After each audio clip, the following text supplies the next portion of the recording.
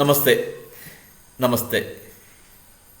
Kerala financial കോഡിൻ്റെ 5ാമത്തെ ക്ലാസ്സിലേക്ക് ഏവരെയും സ്വാഗതം ചെയ്യുന്നു. കഴിഞ്ഞ 4 ക്ലാസ്സുകളിലായി കേരള ഫിനാൻഷ്യൽ കോഡിലെ 55 വരെയുള്ള റൂൾസ് ആർട്ടിക്കിൾസ് നമ്മൾ ചർച്ച ചെയ്തു. പ്രധാനപ്പെട്ട കാര്യങ്ങൾ എന്ന് ഞാൻ പറയുന്നത്, പ്രധാനപ്പെട്ട ആർട്ടിക്കിളുകൾ എന്ന് പറയുന്നത് പരീക്ഷയ്ക്ക് പല പ്രാവശ്യം വന്ന ചോദ്യങ്ങൾ വന്ന ആർട്ടിക്കിളുകളാണ് ഞാനിവിടെ ഡിസ്കസ് ചെയ്യുന്നത്. അപ്പോൾ നിങ്ങൾ ഈ ക്ലാസ്സിൽ ഇരിക്കുമ്പോൾ പുസ്തകം കൂടെ കയ്യിലിരിക്കുന്നതാണ് ഏറ്റവും നല്ലത്. കാരണം ഫിനാൻഷ്യൽ കോഡ് എന്ന് പറയുന്ന പുസ്തകം വിത്ത് ബുക്കാണ്.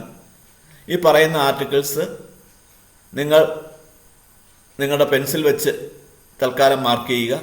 കാരണം പെൻസിൽ വെച്ച് മാർക്ക് ചെയ്യാൻ പറയുന്നതിന് കാരണം പരീക്ഷയ്ക്ക് പോകുന്നതിന് മുമ്പായിട്ട് ഇത് പല പ്രാവശ്യം മറിച്ച് നോക്കുക. അതോടൊപ്പം തന്നെ പരീക്ഷയ്ക്ക് പോകുന്നതിന് മുമ്പായിട്ട് തലേ ദിവസം തന്നെ ഈ ആർട്ടിക്കിളുകൾ ഒരിക്കൽ കൂടെ വായിച്ചു നോക്കിയിട്ട് നല്ല റബ്ബർ ഉപയോഗിച്ച് പെൻസിൽ ഉപയോഗിച്ച് മാർക്ക് ചെയ്ത കാര്യങ്ങളെല്ലാം തന്നെ റബ്ബ് ചെയ്ത് കളഞ്ഞതിന് ശേഷം മാത്രമേ പരീക്ഷാ ഹാളിൽ പ്രവേശിക്കാവൂ. പരീക്ഷാ ഹാളിൽ പോകുമ്പോൾ ഹോൾ ടിക്കറ്റ് കൊണ്ടുപോകണം. അതോടൊപ്പം ഇലക്ട്രോണിക് സാധനങ്ങൾ കൊണ്ടുപോകാൻ പാടില്ല എന്നുള്ള കാര്യങ്ങളും നിങ്ങൾ പ്രത്യേകം ഓർത്തിരിക്കണം. ഇതുവരെയുള്ള 4 ക്ലാസ്സുകളും വളരെ ഫലപ്രദമായിരുന്നു എന്ന് തന്നെയാണ് ഇത് കണ്ടവർ അറിയിച്ചിട്ടുള്ളത്. ഏവർക്കും ഒരിക്കൽ കൂടെ നന്ദി പറയുന്നു. ഏവരെയും 5ാം ക്ലാസ്സിലേക്ക് പാർട്ട് 5ലേക്ക് ആത്മാർത്ഥമായി സ്വാഗതം ചെയ്യുന്നു. അപ്പോൾ എല്ലാവരും പുസ്തകം എടുക്കുക. ആർട്ടിക്കിൾ 56 56 എടുക്കണം. ഈ ആർട്ടിക്കിൾ 56 പറയുന്നത് അരിയർ ക്ലെയിംസുകളുടെ കാലാവധിയെക്കുറിച്ചാണ്. അരിയർ ക്ലെയിംസ് ഇതെല്ലാവരും അറിഞ്ഞിരിക്കേണ്ട കാര്യമാണ്. പരീക്ഷയ്ക്കെന്ന് മാത്രമല്ല, എല്ലാ സർവീസിലിരിക്കുന്ന എല്ലാവർക്കും വളരെ ഉപകാരപ്രദമായ ഒരു സംഭവമാണ് ഈ അരിയർ ക്ലെയിംസിൻ്റെ കാലാവധി. പലർക്കും എപ്പോഴും സംശയം വന്നുകൊണ്ടിരിക്കുന്ന ഒരു സംശയമാണിത്. എപ്പോൾ സംശയം വന്നാലും ആർട്ടിക്കിൾ 56 ആണ് ഇതിന് ഉപോത്ബലകമായിട്ടുള്ള ആർട്ടിക്കിൾ. അപ്പോൾ 56 അതിൻ്റെ ബി എന്ന് പറയുന്ന പാരഗ്രാഫിലാണ് ക്ലെയിമുകളുടെ കാലാവധിയെക്കുറിച്ച് പറഞ്ഞിരിക്കുന്നത്. അതിൽ നമ്മൾ പ്രത്യേകിച്ച് ഓർത്തിരിക്കേണ്ടതെന്ന് പറഞ്ഞു കഴിഞ്ഞാൽ ശമ്പളം, അതുപോലെ തന്നെ മറ്റ് അലവൻസുകൾ, ലീവ് സാലറി തുടങ്ങിയവയുടെ അർഹതപ്പെട്ട തീയതി മുതൽ 5 വർഷം, അതായത് എന്ന് ക്ലെയിം ചെയ്യാം എന്ന് പറയുന്ന സാങ്ഷൻ ചെയ്യുന്നോ അന്ന് മുതൽ 5 വർഷം വരെയാണ് ഈ ക്ലെയിമുകൾക്കുള്ള കാലാവധി. ഏതിനൊക്കെ? ശമ്പളം, മറ്റ് അലവൻസുകൾ, ലീവ് ശമ്പളം, ഇവയ്ക്കുള്ള ക്ലെയിം എന്ന് നടത്തുന്നോ ബില്ല് എന്ന് തയ്യാറാക്കുന്നോ അല്ലെങ്കിൽ പാസ്സാക്കുന്നോ അത് മുതൽ 5 വർഷമാണ് അതിൻ്റെ കാലാവധി. അതുപോലെ TA അതിനുള്ള പേയ്മെൻറ്റിൻ്റെ കാലാവധി 2 വർഷമാണ്. ശമ്പളം, അതുപോലുള്ള ലീവ് സാലറി തുടങ്ങിയവയുടെ കാലാവധി, പേയ്മെൻറ്റ് കാലാവധി 5 വർഷം. TA കാലാവധി 2 വർഷം. പെൻഷൻ പേയ്മെൻറ്റിനുള്ള കാലാവധി എന്ന് പെൻഷൻ സാങ്ഷൻ ചെയ്യുന്നു 12 വർഷത്തിനകം വെച്ച് ക്ലെയിം ചെയ്തിരിക്കുന്നു. മാക്സിമം 12 വർഷം. പിന്നീട് മേൽ നടപടികൾക്ക് ശേഷം മാത്രമേ പേയ്മെൻറ്റ് നടക്കുകയുള്ളൂ. 12 വർഷത്തിനകം വെച്ച് പെൻഷൻ ക്ലെയിം ചെയ്തോളണം. DCRG അല്ലെങ്കിൽ ഗ്രാറ്റുവിറ്റി ഇതിനുള്ള കാലാവധി എന്ന് പറഞ്ഞാൽ അർഹതപ്പെട്ട തീയതി മുതൽ 6 വർഷമാണ്. ഗ്രാറ്റുവിറ്റിയുടെ കാലാവധി 6 വർഷം ക്ലെയിം ചെയ്യാനുള്ള കാലാവധിയാണ്. അതുപോലെ മറ്റ് ക്ലെയിമുകൾക്കുള്ള കാലാവധി എന്ന് പറയുന്നത് 3 വർഷമാണ്. ഈ പറഞ്ഞ ഒഴികെയുള്ള ബാക്കിയുള്ളവയുടെ കാലാവധി എന്ന് പറയുന്നത് 3 വർഷമാണ്. അപ്പോൾ ഇതുമായി ബന്ധപ്പെട്ട് പല ചോദ്യങ്ങൾ പല പരീക്ഷകൾക്കായിട്ട് ആവർത്തിച്ച് വന്നിട്ടുണ്ട്. ആർട്ടിക്കിൾ പ്രത്യേകം ശ്രദ്ധിക്കുക. ആർട്ടിക്കിൾ നമ്പർ 56 അതിലെ ബി എന്ന് പറയുന്ന സെക്ഷനിലാണ് ഇവ വരുന്നത്. ഒരിക്കൽ കൂടെ ആ ഭാഗം നോക്കണം. എന്ന പ്രധാനപ്പെട്ട ചോദ്യങ്ങൾ ഞാൻ വായിക്കുന്നു. The period of limitation for the arrear claim on pension is dash. The period of limitation for the arrear claim of pension is dash. പെൻഷൻ്റെ അരിയർ ക്ലെയിം വാങ്ങുന്നതിനുള്ള കാലാവധി എത്രയാണ്? 12 years from the date when the claim fell due for payment. 12 years from the date when the claim fell due for payment. Claim പേയ്മെൻറ്റിന് sanction ആകുന്ന തീയതി മുതൽ 12 വർഷമാണ് അതിനുള്ള കാലാവധി. ആ 12 വർഷത്തേക്കകം വെച്ച് ക്ലെയിം ചെയ്തോളണം. അടുത്ത ചോദ്യം, ഇതെല്ലാം 56 ബി ആണ്, ശ്രദ്ധിക്കുക. ആർട്ടിക്കിൾ 56B അത്രയ്ക്ക് പ്രധാനമാണ്. The period of limitation in respect of claim for supplies made or services rendered to government is dash years from the date when the claim fell due for payment. The period of limitation in respect of claim for supplies made or services rendered to government is dash years from the date when the claim fell due for payment. 3 years ആണ്, 3 വർഷം. ആ ഭാഗങ്ങൾ പെൻസിലിട്ട് mark ചെയ്യുക. പരീക്ഷയ്ക്ക് പോകുന്നതിന് മുമ്പ് ആ mark ചെയ്ത ഭാഗങ്ങൾ മായ്ക്കുകയും വേണം, മറന്നു പോകരുത്. അടുത്ത ചോദ്യം, payment of any arrear claim to a non gazetted employee which is time barred by limitation of time but admitted with the special sanction of government should be noted in the service book of the incumbent immediately on dash. Very good. Payment of any arrear claim to a non gazetted employee which is time barred by limitation of time but admitted with the special sanction of government should be noted in the service book of the incumbent immediately on dash engagement of the claim. അതായത് arrear ക്ലെയിമിൻ്റെ date കഴിഞ്ഞു, എന്നിട്ട് വീണ്ടും government special സാങ്ഷനോട് കൂടെ ആ claim കൈപ്പറ്റി കഴിഞ്ഞാൽ അത് എത്രയും വേഗം ഉടൻ തന്നെ എന്ന് ക്ലെയിം എൻഗേജ്മെൻറ്റ് ചെയ്തോ ആ തീയതിയിൽ തന്നെ സർവീസ് ബുക്കിൽ എൻട്രി ചെയ്തിരിക്കണം. വളരെ ഓർത്തിരിക്കണം, ഓഫീസ് സ്റ്റാഫ് എല്ലാം വളരെ ഓർത്തിരിക്കേണ്ട കാര്യമാണ് ഇത്. പലർക്കും ഇത് വന്നിട്ടുണ്ട്. അതായത് വീണ്ടും ആവർത്തിച്ച് ക്ലെയിം ചെയ്യാതിരിക്കുന്നതിന് വേണ്ടിയാണ് ഈ എൻഗേജ്മെന്റ് ഡീറ്റെയിൽസ് സർവീസ് ബുക്കിൽ തന്നെ ഉടൻ എഴുതുന്നതിന് കാരണം. അടുത്ത ചോദ്യം, whose sanction is necessary for payment of time barred claims like pay and allowance TA. Whose sanction is necessary for payment of time barred claims like pay and allowance TA? Answer, government. അടുത്ത ചോദ്യം, the period of limitation of gratuity is. The period of limitation of gratuity is.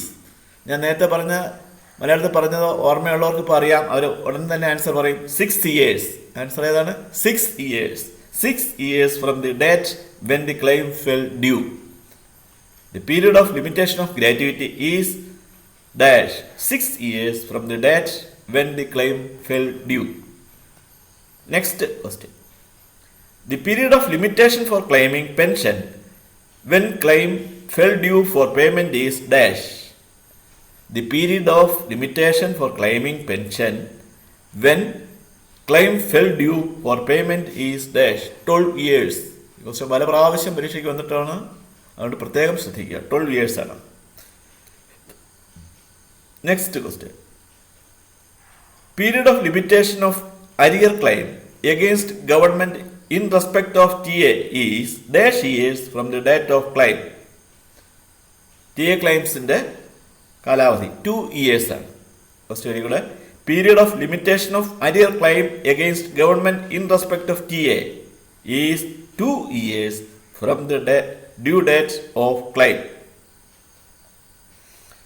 അടുത്ത് article 58. Article 58 statutory ഗ്രാൻറ്റുകളെ കുറിച്ചാണ് പറയുന്നത്. Article 58 statutory grant. ഈ statutory grant ഓർത്ത് വച്ചിരിക്കുക.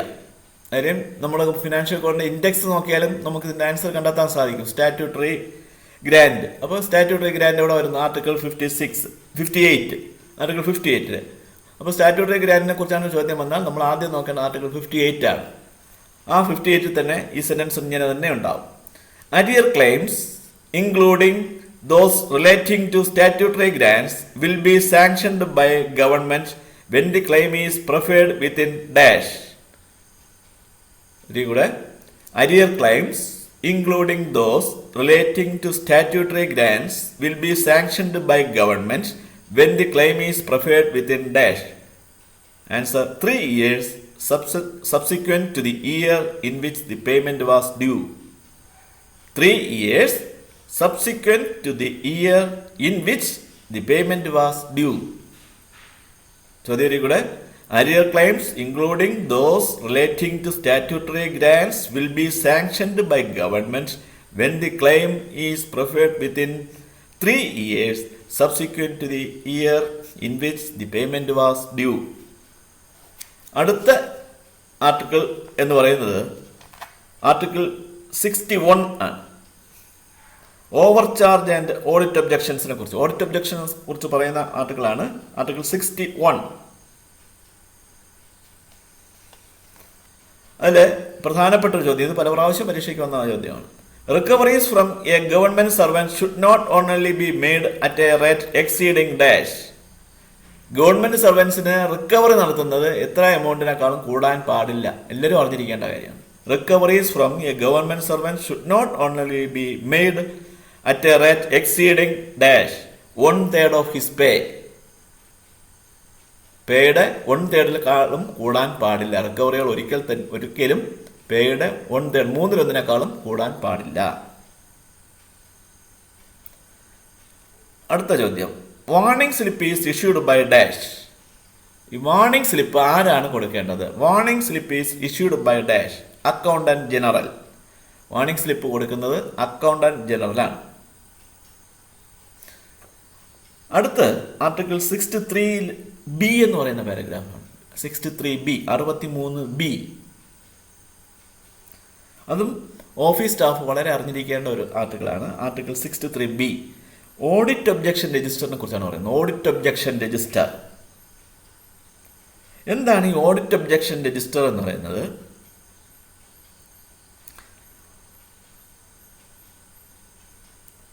അത് പ്രത്യേകം അറിഞ്ഞിരിക്കേണ്ട ഒരു കാര്യം എന്ന് പറഞ്ഞാൽ, ഈ ഓഡിറ്റ് നിരീക്ഷണങ്ങളോ ഇൻസ്പെക്ഷൻ റിപ്പോർട്ടുകളോ അവയുടെ പകർപ്പുകളോ സ്വകാര്യ കക്ഷികൾക്ക് നൽകാൻ പാടില്ല എന്നുള്ള കാര്യം വളരെ ഓർത്തിരിക്കേണ്ട കാര്യം. ഓഡിറ്റ് നിരീക്ഷണങ്ങളോ ഇൻസ്പെക്ഷൻ റിപ്പോർട്ടുകളോ അവയുടെ പകർപ്പുകളോ സ്വകാര്യ വ്യക്തികൾക്ക് നൽകാൻ പാടില്ല.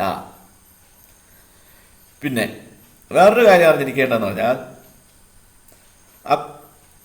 ഒരു വർഷത്തിൽ ലഭിക്കുന്ന എല്ലാ ഓഡിറ്റ് ഒബ്ജക്ഷനുകളും ഓഡിറ്റ് ഒബ്ജക്ഷൻ രജിസ്റ്ററിൽ ക്രമമായി നമ്പറിട്ട് രേഖപ്പെടുത്തണം.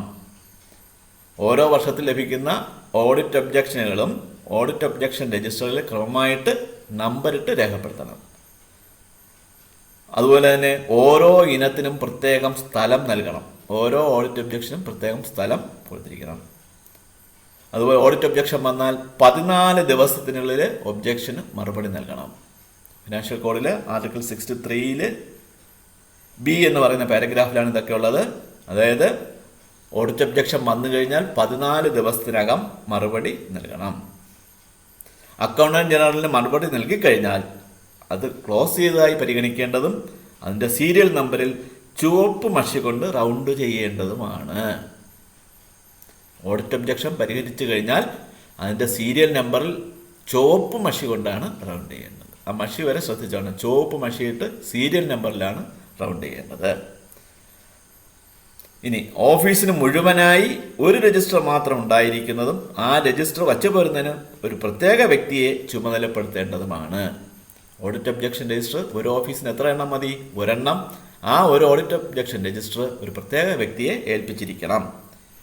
ഈ രജിസ്റ്റർ ഓഫീസ് മേധാവി മാസത്തിൽ ഒരിക്കലും ഈ ഓഡിറ്റ് ഒബ്ജക്ഷൻ രജിസ്റ്റർ മാസത്തിൽ ഒരു പ്രാവശ്യം നോക്കിയിരിക്കണം. ഹെഡ് ക്ലാർക്കോ മറ്റുദ്യോഗസ്ഥരോ അല്ലെങ്കിൽ നിയോഗിക്കപ്പെട്ട ഉദ്യോഗസ്ഥരോ ഓരോ 14 ദിവസത്തിലും റിവ്യൂ ചെയ്യേണ്ടതാണ്. ഓഡിറ്റ് ഒബ്ജക്ഷൻ രജിസ്റ്റർ ഹെഡ് ക്ലാർക്കോ മറ്റുദ്യോഗസ്ഥരോ ഓരോ 14 ദിവസത്തിലും ഈ ഓഡിറ്റ് ഒബ്ജക്ഷൻ രജിസ്റ്റർ റിവ്യൂ ചെയ്യണം. അതോടൊപ്പം തന്നെ ഓഫീസ് മേധാവി മാസത്തിലൊരിക്കലും റിവ്യൂ ചെയ്യണം.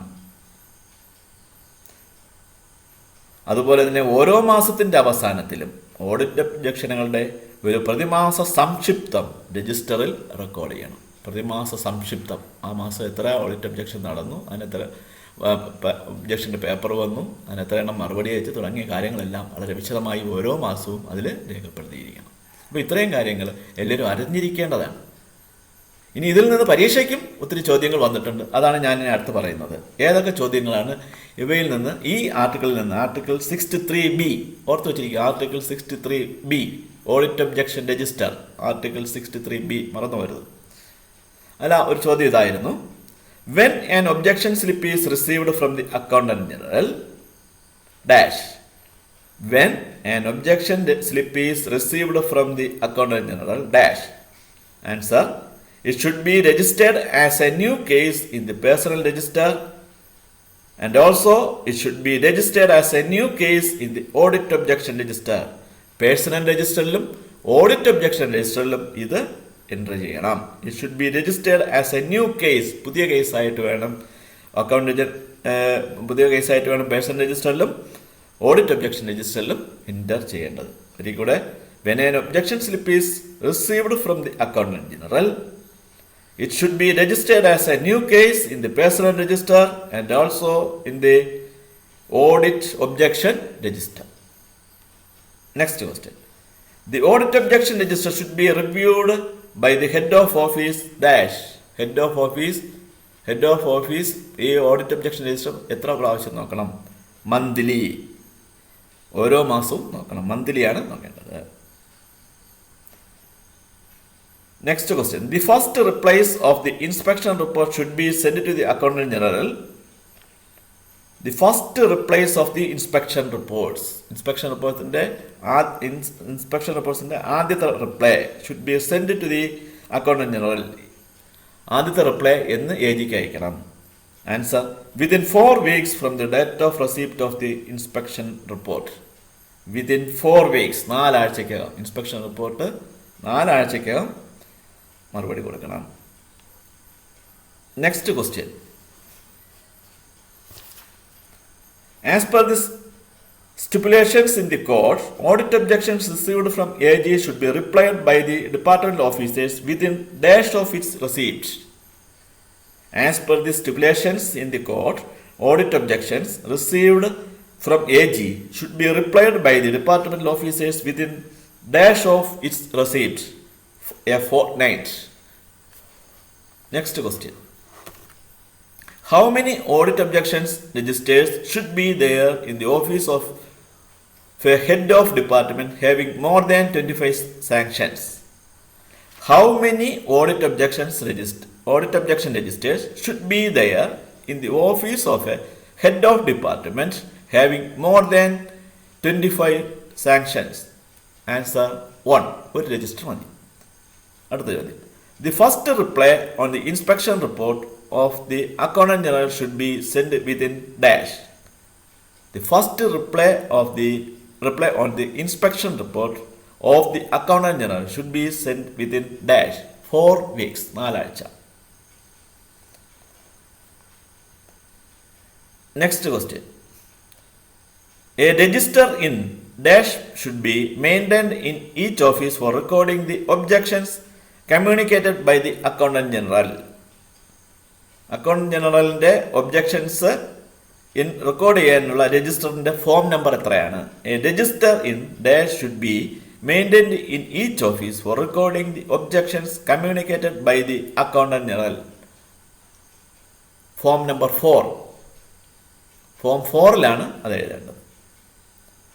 അടുത്ത ചോദ്യം. Register of audit objections should be maintained as per article dash of Kerala financial code. Kerala financial കോഡിലെ ഏത് ആർട്ടിക്കിൾ അനുസരിച്ചാണ് രജിസ്റ്റർ ഓഫ് ഓഡിറ്റ് ഒബ്ജക്ഷൻസ് ഓഫീസുകളിൽ സൂക്ഷിക്കുന്നത്? ഏതാണ്? Article 63B. ആർട്ടിക്കിൾ 63B അനുസരിച്ചാണ് ഓഡിറ്റ് ഒബ്ജക്ഷൻ രജിസ്റ്റർ സൂക്ഷിക്കുന്നത്. അടുത്ത ചോദ്യം.